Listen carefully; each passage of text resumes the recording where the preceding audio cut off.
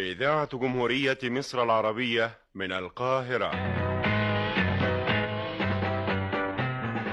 كلمتين وبس.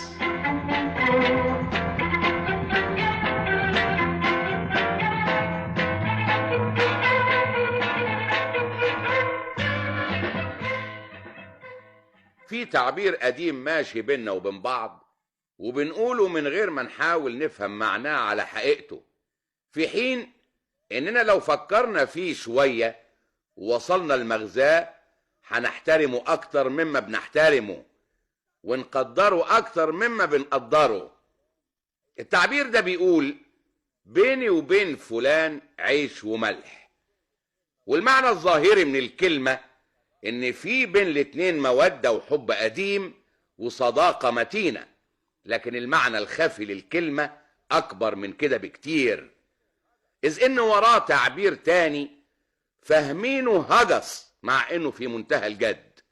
وهذا التعبير التاني هو بيت الشعر العامي اللي بيقول: اذا لم تكن لي والزمان شرنبرم فلا خير فيك والزمان ترللي.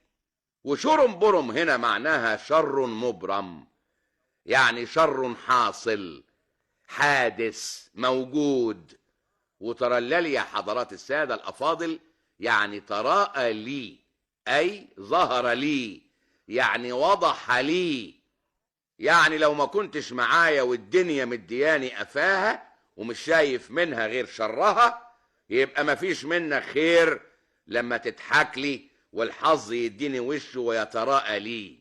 وبيت الشعر ده هو اللي ورا كلمة العيش والملح، إذ إن المعروف يا حضرات المحترمين إن الواحد لما تضيق بيه الأحوال ويبقى والعياذ بالله على الحديدة ويمكن بيفكر يبيعها كمان، بيبقى مفيش قدامه حاجة ياكلها غير العيش